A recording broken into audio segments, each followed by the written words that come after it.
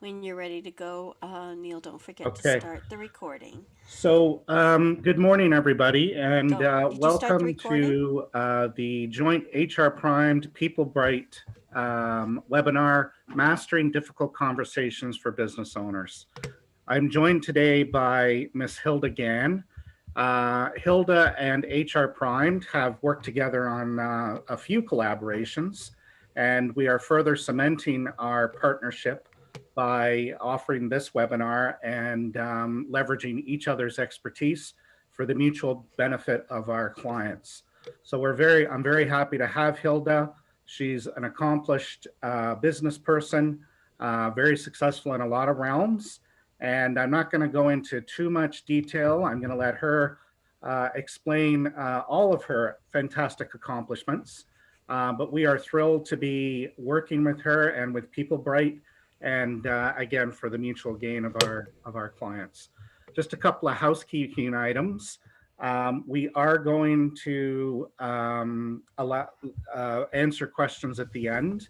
So in the Q&A, if you'd like to start popping in your questions, and I encourage you to do so, it can be questions, it can be anecdotal experiences you've had with the topic at hand, and we're happy to speak to that at the end. Another housekeeping item, just a reminder that the content discussed in this webinar does not constitute legal advice, and you should be reaching out to your HR professional, HR consultants, or if needed, your legal team, legal counsel, if it comes to that, which is something we will talk about. So without further ado, I am going to turn it over to Hilda to guide us through this presentation. Hilda? Thank you for having me, Neil. I really and looking forward to sharing my information about mastering difficult conversations for business owners, and glad that you're co-hosting with me. So let me just get started here. Um, just a little bit about myself. My name is Hilda Gann, and I am the founder and president of People Bright Consulting. We are a full service HR consulting firm and the creator of a concept called Connect with RevUp, providing leadership people management skills training. Very passionate about creating strong and healthy workplaces. My husband and I'm a serial entrepreneur, and my husband and I had an engineering firm that became one of the top 10 best workplaces in Canada. We grew it from 2 people to 125 people in 7 offices across Canada. So, as a business owner, I know where you've been. If you aspire to growing bigger, I know where you want to go and some of the struggles and successes along the way. I recently started a podcast called Rev Up Your Potential with Hilda Gann. This is a weekly series where we talk to business owners, thought leaders, industry leaders about the struggles and the successes that people have along the way. So if you love learning through storytelling, you might want to check out our Rev Up Your Potential podcast, which shows on Tuesdays weekly, available in the YouTube or in a podcast style. So I really want to focus today on mastering difficult conversations.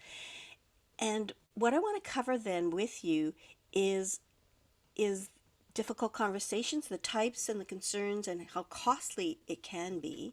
Then I want to share tips and strategies on how to master those difficult conversations. Following that, I want to share with you being proactive, building trusting relationships with others, and looking at it not just from how to develop a conversation, to develop mastery in a difficult conversation, but what you need to do to make that get better and better. And lastly, I want to talk about true mastery of difficult conversations and what are those foundations for success.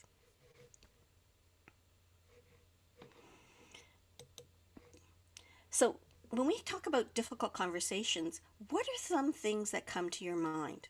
Well, oftentimes we think of behavioral issues. When we have a concern that we want to talk to somebody about, that is one conversation. Another might be when staff don't get along with each other. and there's the conflict and the tension, and sometimes you as a business owner have to intercede on and smooth the waters, like play nice in the sandbox, guys, right? The third one I want to share is harassment and bullying, and how that can really be present in the workplace and sometimes hidden, that people don't want to talk about it. So how do you as a business owner deal with that? What happens when a person comes to you with a personal issue and they need to share that with you? It could be themselves personally, or it could be their family, a loss in the family, an illness that really impacts on the workplace, and that's when they share that with you. With COVID-19, you've been through this, you might be going through this now, but thinking about layoffs, terminations, the fact that we went into a remote work situation, some of us were frontline workers and people started working in the front line during the early days of COVID, and now people returning to work, not returning to work, and that whole scenario. And then the last one, salary increases. When people, particularly you've given out salaries or you haven't given out salaries for a long time, and they approach you about a salary increase. And those are some uncomfortable conversations that you have. I'm sure you can think of a few more, but these were the ones that were top of mind when I wanted to share it. So I want to now get you to think about some of those difficult conversations that you've had and to share with us the ones that are most uncomfortable for you. So I'm going to start a poll, and the poll is to pick the top three of the most difficult conversations that you're not comfortable having. You would rather pass that on to somebody else. So I'm going to launch the poll now. And if you can then vote on on these. So select one, your top three of these particular situations you might find yourself in. And just to let people know, this is a completely anonymous poll. Your answer, who said what, will not be um, viewed by anybody else. So if you can go ahead and start selecting.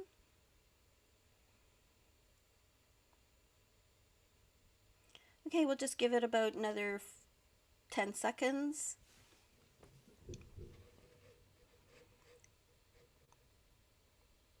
Okay, I'm gonna close the poll now. So this is the results of the polls. As I said, I wanted you to pick the top three, and 75% of you picked coworker conflicts. Doesn't that eat a lot of your time? If you could have these resolved, just imagine the extra time that you would have just working on it, or the tension it creates when it's not resolved. Very, very difficult. 50% of the people polled said when someone challenges a salary increase. There was actually a survey that said that that's probably one of the top things that people have difficulty, either as employees coming and asking for challenging a raise, or you trying to respond to, like, what do I say? What do I say? And then I think it was a tie for the rest: performance concerns, harassment and abuse issues, and layoffs. Nobody said that dealing with personal family concerns is uncomfortable for them, and that's really good. Or at least it wasn't the top three, and that's really good. So I see that I should have shared the results with you, so I will show you quickly. This was the results of the survey, which I said verbally, but if some of you like to see it, you can see that coworker conflicts was top, and that somebody challenging a salary increase was the second, and there was a three-way tie for the others.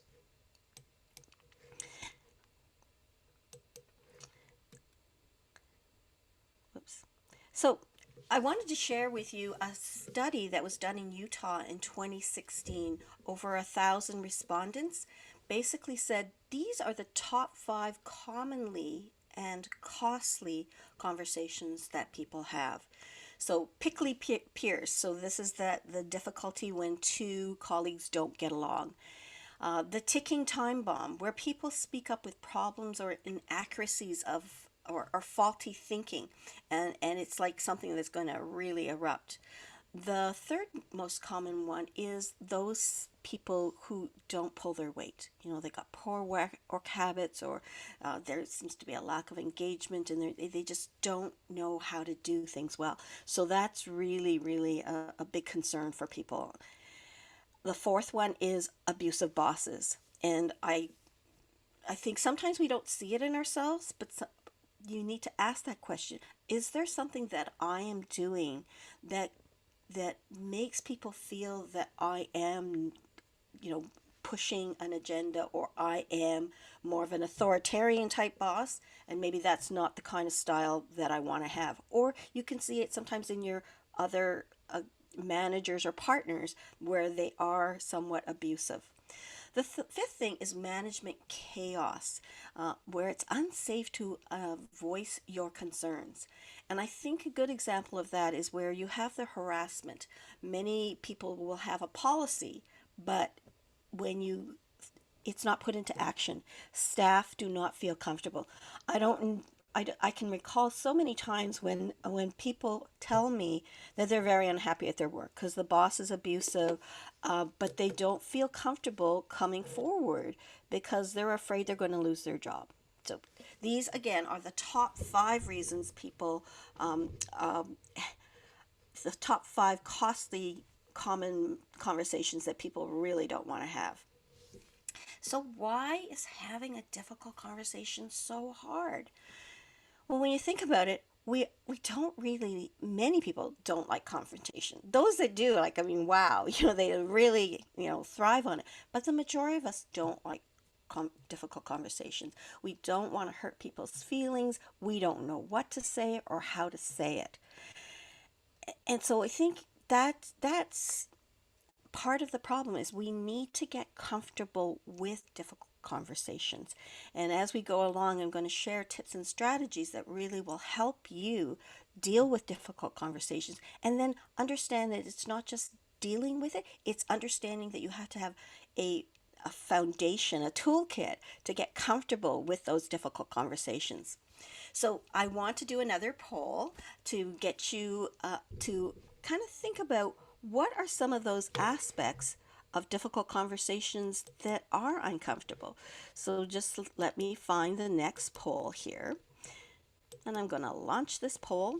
So, with respect to difficult conversations, pick all of the statements that apply to you. So, going to give you some time to look at them and respond.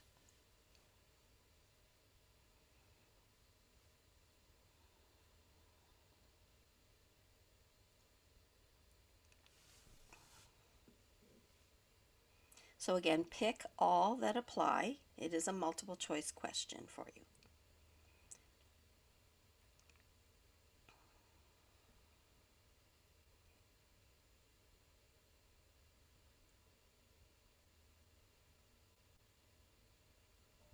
Again, for people that have just joined us, this is a totally anonymous poll, so your name will not be shown as what you voted for. And we don't even get a copy of the results afterwards. It's not part of the actual presentation. Okay, it's actually everybody's voted, so I am going to end this poll and I'm going to share the results. So half of you said that I lose sleep on what I will say or not say. And another half of you said, I'm afraid of how other people will react.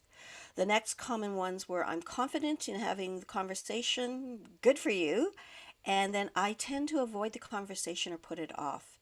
And then one person said, I've been known to not speak up when a fellow member does not pull their weight. And I think that's so that happens often. So if you said that you lose sleep and you're afraid of how the person will react, these are very natural instincts. And certainly, our preservation of self would have us really not want to carry on conversations. So it is very human. It's very interesting. I've done this presentation a few times and launched that poll. What I found was people a lot of people do lose sleep over what to say and how to say it. So I want to share some interesting facts for you of you're not alone, number one, but what are you going to do about it in terms of difficult conversations? So this study was done again. This was the Utah study that I talked about, 1,000 respondents. 72% fail to speak up when a peer does not pull their weight. That's a lot. And I know that as a business owner, we would only find out after months of somebody not pulling their weight when our office manager would say, you got to do something about, Tim. People are really, really unhappy with them. So we do kind of put it off for a long time, but certainly when it came to our notice, we gathered our data and we did something about that. And I'll give you an anecdote later on. 40% of people estimate that they waste 2 weeks or more thinking about the problem. So think about that. Are you average? That was one of the things that people said, that they do waste time not addressing the problem. When you do that, think of the time that you're thinking angst, and maybe because you're not doing something, that impacts on the productivity of the staff, what they're doing, and maybe more water cooler chat about what's happening or not. In the case of an employee who's not pulling their weight, a lot of water cooler chats happening, and people are complaining, but they don't come to you right away. So in the study, they said there was an estimated $7,500 per conversation in lost time and resources due to avoidance. So think about that in terms of, the time that you're losing, the time that staff are losing, not doing something. And maybe the project is sliding and costing more money because people are not as productive in doing things. Lastly, what is that impact on morale, employee engagement, the culture that you have, and in terms of project timelines and budgets as well. So I want to kind of share now those some tips and strategies on how to manage difficult conversations. So this is a framework that I want to share with you that really will help you generally in having a difficult conversation. Number one, start from a place of neutrality. So what does that mean? So here's the complaint. They said Tim's not pulling his weight. We're really unhappy with that. I'm not going to go to Tim and say, so you're not pulling your weight. What are you going to do about that? First of all, I have to gather the data. And then if I think he's not pulling his weight, say it in a way that's neutral. So, for example, Tim, you know, some staff have approached me, or the office managers approached me, and she shared some things like you're coming in late, and that some of the work is not happening as quickly as it should. You're missing some deadlines. Can you tell me what's happening? I want to hear it in your words. So again, I'm not accusing him of doing of a bad behavior. I'm sharing observations, and I want to hear his side of the story. And then once you ask the question, you listen. And oftentimes, as most of us are, we listen, but we're formulating, okay, so what does that mean? And you're not listening to the next sentence because you're already having deductions, you're already problem solving. So you're miles ahead and you're not present. You're not present in the moment of finding out what's going on. So my suggestion is listen some more, and when you think you're done and you're starting to formulate, listen some more again. That listening is going to be important in a dialogue. When it's a disciplinary issue, it's important. When it's a personal issue, it's even more important, because then they feel connected. They feel that you are listening to them and hearing, and not coming up with the quick response. Once you hear stuff, then you say, okay, I understand what you're saying to me, or I think I understand. Let's figure out what we can do to make this happen. Even in disciplinary issues, you always are looking for a situation where you come up with a solution together, because a person's not going to do something with regards to improving their behavior if they don't have some buy-in to it. So that's why I say point number 3 is work towards a solution to resolve that solution. The next thing is, don't be afraid to say I don't know. Too many times you, as a business owner, are thinking I've got the solution to this problem and I'll share it. I've always found is when I don't know exactly what I should be doing and I have several options, or we've come up with several options, but I don't know if they're viable or not, I will say, thanks. Let me think about this. I want to check a few things before I come back with an answer. Let's meet again in, 2 days' time or whatever. So, whatever you do, make sure you follow up. In the case of the illness, for example, if you say, we want to support you and help you through this, I just need to check a few things to make sure what I say to you is something that we can do. So that's what I mean by never feel like you have to have the answer right away. Because oftentimes you may find that there are things that you said that aren't accurate. And that could be the group benefit program, what a leave of absence might be required, or something in the legislation that you now need to know in order to answer properly. The goal really is to work towards strengthening and creating respectful relationships, because you're going to have awkward and difficult conversations from time to time, and what you want to do is make sure you're building a relationship so that each difficult conversation gets a little bit less awkward and more about a feeling of trust and respect for each other. So just think about what I said. This is a formula that I feel will work in situations. And of course, you have to add to it whether it's a personal situation or a disciplinary situation or a termination. Each one will change and modify the different steps along the way. So, time for poll number 3. So, I'm going to launch this poll. Uh,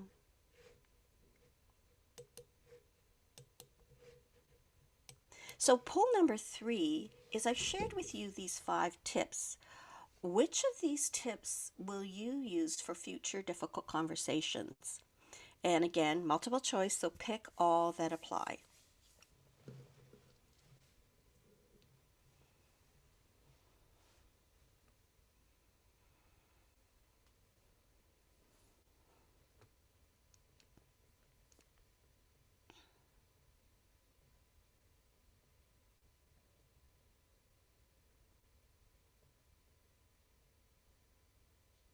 Okay, I'll give it about 10 more seconds. I'm going to end the poll now and share the results. So, 2/3 of you said, I'm going to take a neutral position and ask open ended questions, build a, or strengthen the trusting relationships. So important because it'll make your future difficult conversations easier. Procrastination last, deal with concerns as soon as feasible, which is the same idea as procrastinate less. And one person is comfortable with the approach that they've taken and will continue with that. So thank you for sharing that. I want to share that concept of the take a neutral position and ask open-ended questions. So, so important. I remember in the early days, and this was when I was actually a nurse on a in an oncology floor and then in the ICU, and we would work with our HR company, because I was a nurse and I wasn't in HR. We would work with our HR team, and we would craft a letter. So right away, we had already made the assumption this person had a behavioral issue. We were going to discipline them on the thing. And here I am having this conversation, listening, and I realize, oh my God, like we've already mandated what's going to happen with this person when we didn't even hear that side of the story. And that's when it really came home to me, is that you just have to do your homework. You can't make those assumptions right away because you just never know what the situation can entail. So what I want to do is share some do's and don'ts of what you say and how you say it, because the formula there, the steps I shared with you is general, but each situation may be unique and different. Certainly, this is just a high level discussion today. And in some training sessions I've done before, I've really gotten into the nitty gritty of examples and shared that. What I want to do is I want to bring my silent partner out, Neil, and ask him, like, let's have a dialogue about what are some of the do's and don'ts that we have to share with respect to those difficult conversations. Yeah, and that's all very good points, Hilda. Um, and let's start with the do's. I mean, you've hit the nail on the head there. I totally agree. Listen, building trust, effective communication. And it's not just about paying lip service to that. Having that sometimes in your policies and procedures, and during, starting off with a new employee during an orientation, really driving home that you do have an open door policy, that you do have a vested interest in avoiding employee conflicts, that there is a process for perhaps if conflicts do get to that point where it needs an intermediary like a supervisor or somebody, and just making sure, and not only just paying, verbalizing it, having it on paper, but in practice. And from my experience, Hilda, and maybe you've had a similar experience, that's where it sometimes breaks down, is that because it's not practiced, that people don't have a trust in that system as it stands. So it's important that you are consistent with all three of those components of this, because otherwise, and you've actually pointed out some of the things that this can lead to, whether real or not, or it's a perception, but allegations of bullying, gossiping, some real malicious stuff. Those are extreme measures that can happen. But as you and I both know, and perhaps some people on this webinar, that is real things that we have had to deal with. And when we look at the root causes of it, it's because those difficult conversations have not happened. When we're talking about a person's performance, if you do not address that right off the hop, and that goes right into the probationary when a person is on probation, if you just continue to let that happen and are not having those conversations, not only does it get to a point that where you have decided, okay, I've had enough, this person has to go, and you all of a sudden this is could be a surprise to them because they've never been told they're underperforming or being given subpar performance. And even more to that is the morale of those around them. Like their peers see supervisors that are not addressing things of this nature. They get frustrated. Perhaps they decide, I've had Yeah. enough of this, I'm leaving. Or they don't really practice what they have actually told us. So there are a lot of ways that this can um, impact you negatively if you don't address it right away. Yeah. So So it is, it is about not just having that difficult conversation, but creating that trusting relationship so those difficult conversations just more become awkward or to clear the air rather than actually having a problem that builds. One of the things I share with people is the best workplaces, and that's, when we were best workplaces in Canada, some of our successes come from this mental attitude of creating a we culture. Those companies that were best workplaces was because the gap between what the managers thought and what the employees thought was very narrow. Where the gap is greater is where there's tension and there's this distrust, and so there's this we versus us mentality. yeah, Sorry, it's us versus them mentality. So those companies that have a great kind of disparity in that are those companies that get into more legal troubles, and those are those risks. We had 125 people 10 years 12 years in the business, and I can count on my hand the number of times that we terminated people that actually decided they didn't like the settlement that we gave and went to a lawyer. In actual fact, it was 4 people. And that's a pretty good track record because you're never going to get rid of risk, but we feel that by building a strategy, we minimize the amount of exposure and risk that we had to our company because of building that trust, creating those effective communications so that when something happens, people are more willing to give each other the benefit of a doubt.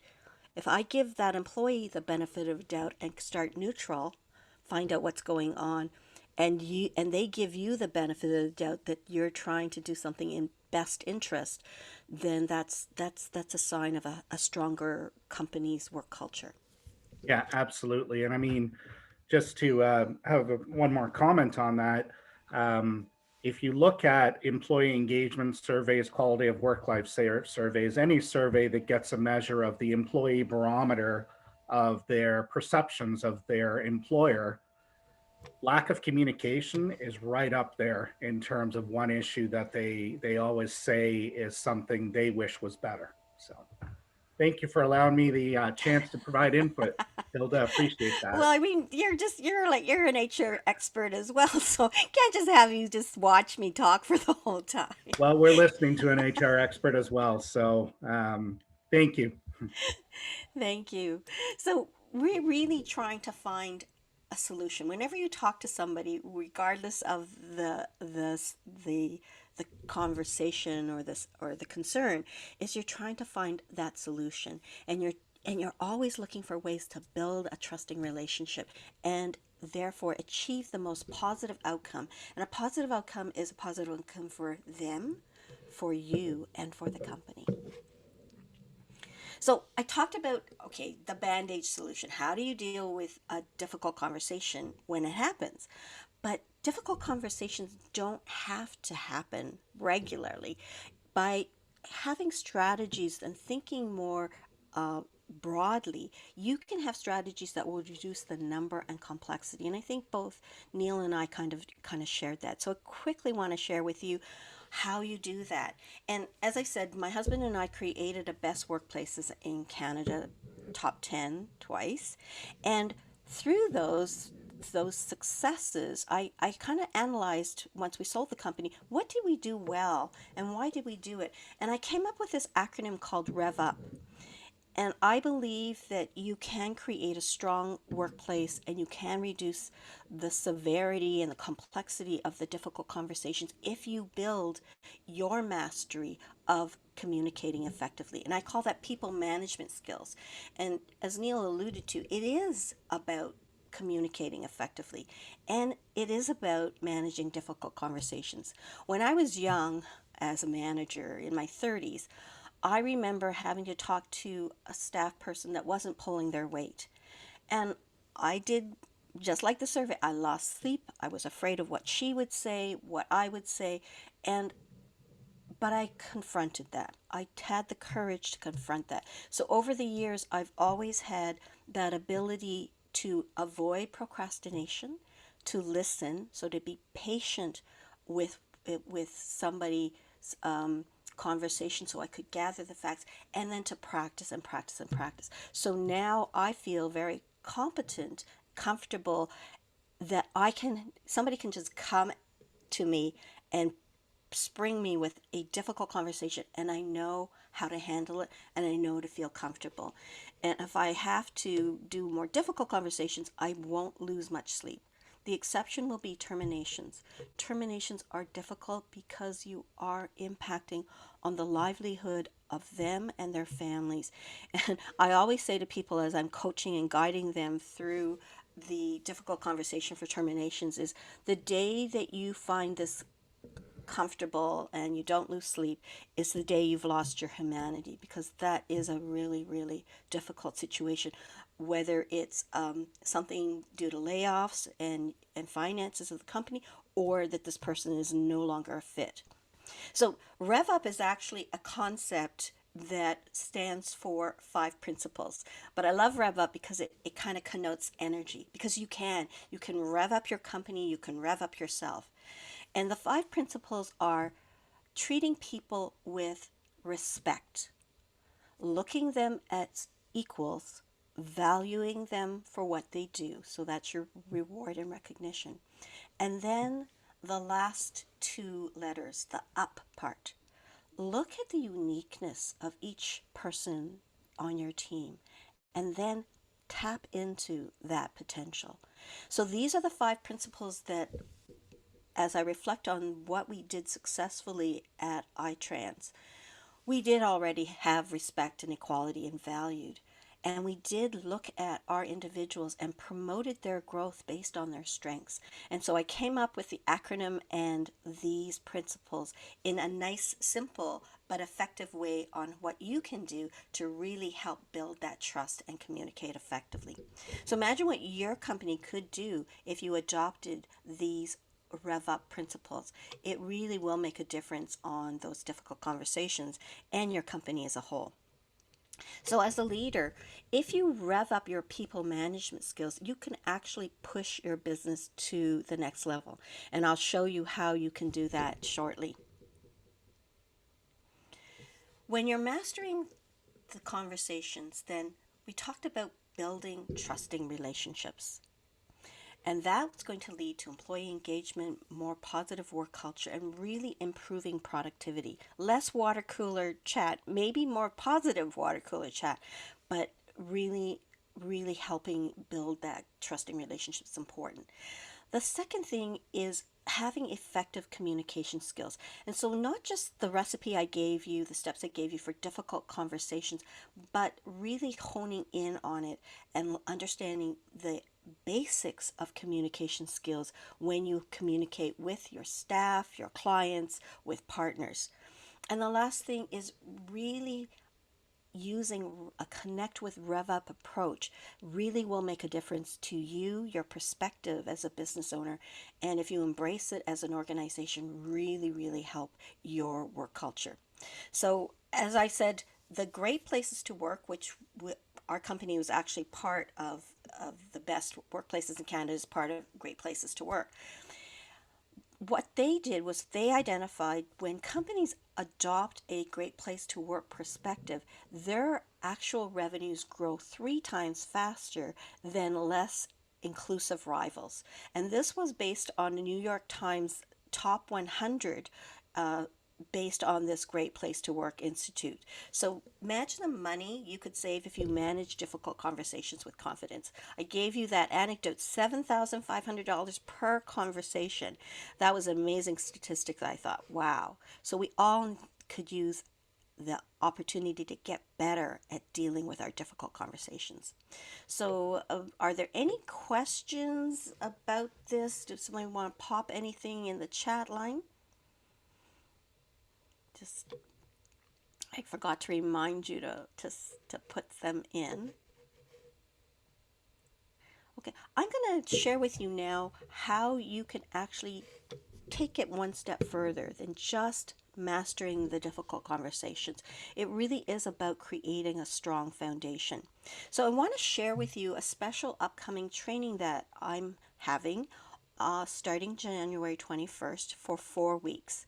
It is a virtual 4 week training program of 90 minutes each week, and it will help lead you to lead with confidence, to communicate effectively, and really build a foundation that will help you succeed as a business owner. So, what is it and why did we do it? Well, when we were thinking of doing a difficult conversation training program, we thought, okay, we can do that. We can provide an hour and a half, 2 hour training program, have anecdotes, do case studies, and really help people hone on their skills. And when I reflected back on it, I said, well, that will just teach you how to deal with it as it happens. But it doesn't help you deal with your foundation for success, really understanding your effective communications, understanding who you are, your uniqueness, and how do you tap into your strength so you show yourself as a confident leader. So that's why we decided to actually build a training program that deals with difficult conversations, but also deals with the fundamental of communication and really help you hone in on who you are so you can stand proud as a confident leader. So a quick overview of the program is in week 1 we develop your inner strength by sharing in more detail those 5 rev up principles, and a tool that I found really helps with understanding who you are confidently.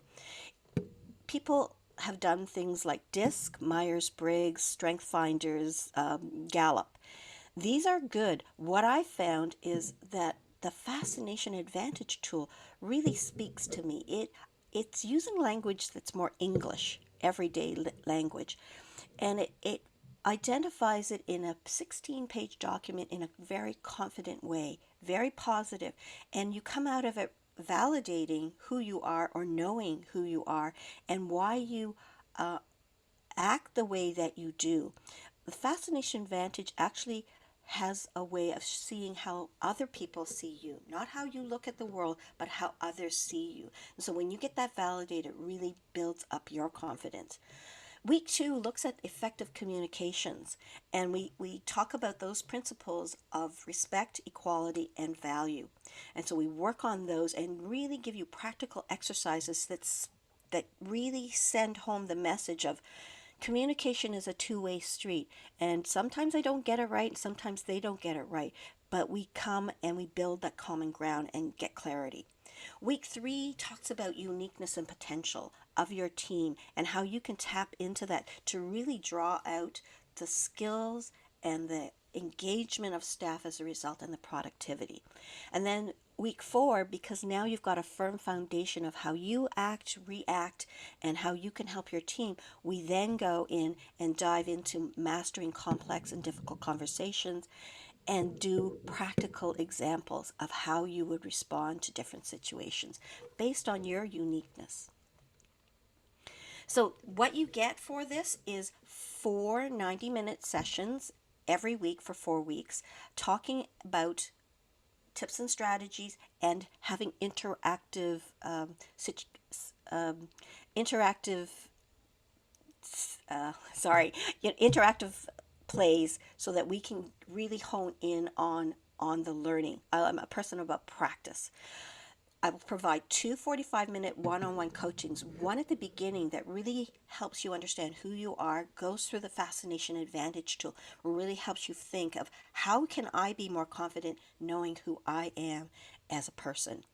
We'll go through, you'll get that Fascination Advantage tool, which is 16 pages of how the world sees you. You'll have a workbook that you'll use during the 4 weeks that really will help you build the confidence and ask you questions that will resonate with how do you want to change, what do you need to do. And then we have a RevUp support group through social media. So this will help you really build your motivation, better motivate, lead, and engage your teams. It will help you manage those difficult conversations, and it really will boost your people management skills. I like to call it a rev up leader. What's the difference between a leader and a rev up leader? Well, a rev up leader has a toolkit and a set of principles that really will guide them. It's so easy and simple because it's the word is rev up and it stands for an acronym. And through this program then you will gain the confidence and the mastery to lead and build that desirable successful business that you want. This is ideally for people who are focused on our small to medium sized businesses. I want those examples that I give you to be practical of where you are in your business and how to support you and build your business through your people because they are your greatest assets. It is also for you if you're a startup and you want to get it right and you want to build that foundation. And it is for solopreneurs, because you say, oh, well, I don't have staff, but you have associates, you have clients, and all this training can help you build your confident self to lead your company and to connect with your clients. So it is for these three audiences specifically. So, what do some people say about us? I'll let you read this. I would like to zero in on Alice's comment. Alice Ma.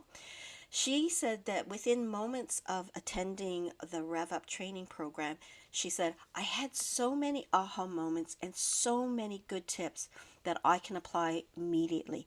Hilda's workshop was full of interactive activities. That was the word I guess I couldn't get out earlier. Interactive activities and real life case studies. It was a fantastic workshop. In fact, it was fantastic.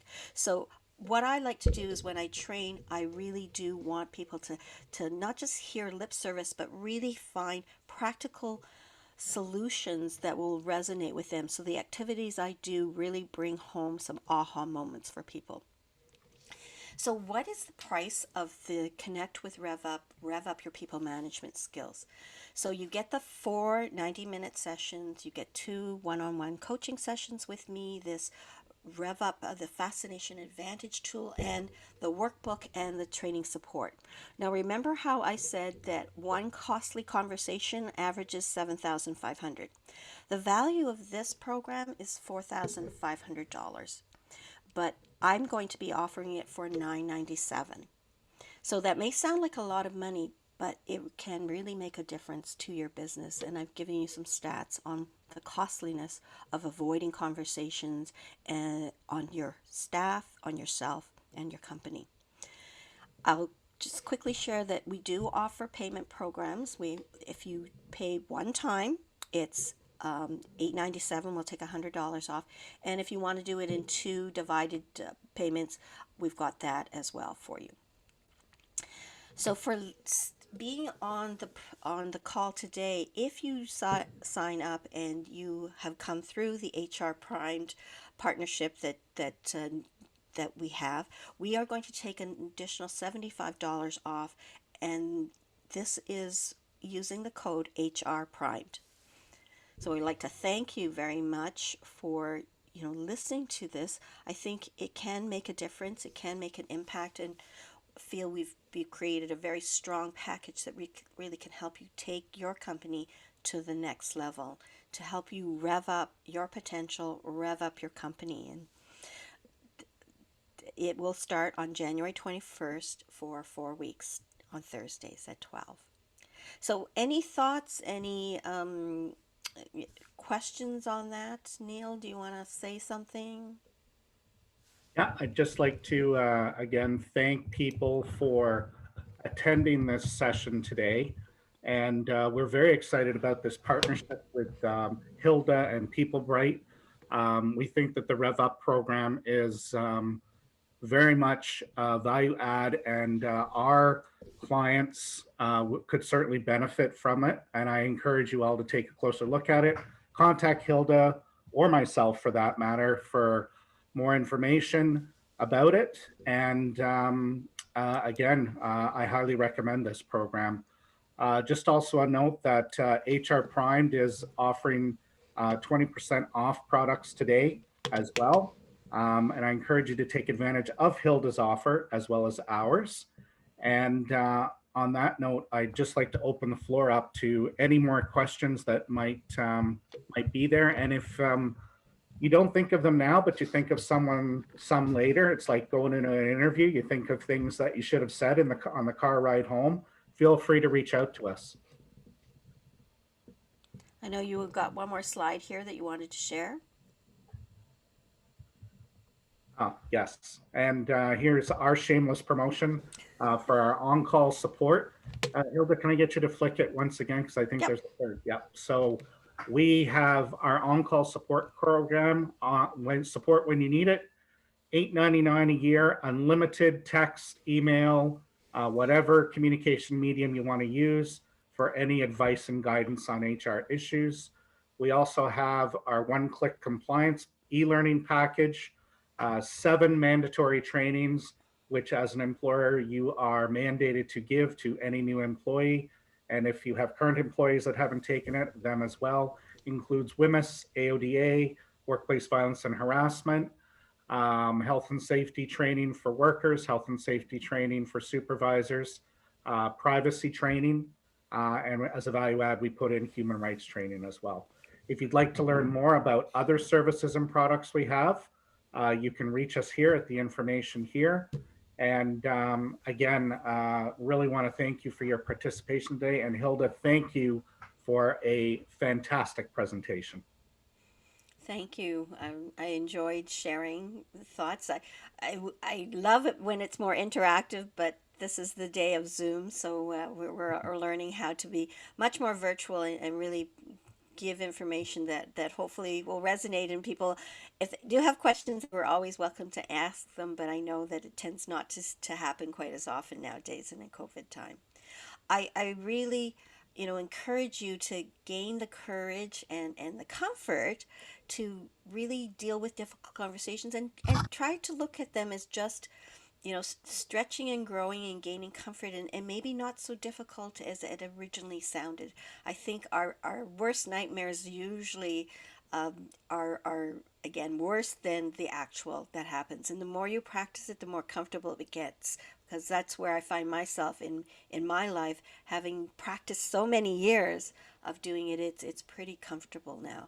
It never gets stale though, because it's always going to be different each time. But the more you practice, the more comfortable you'll get. So thank you for Absolutely. having me. Thank And you.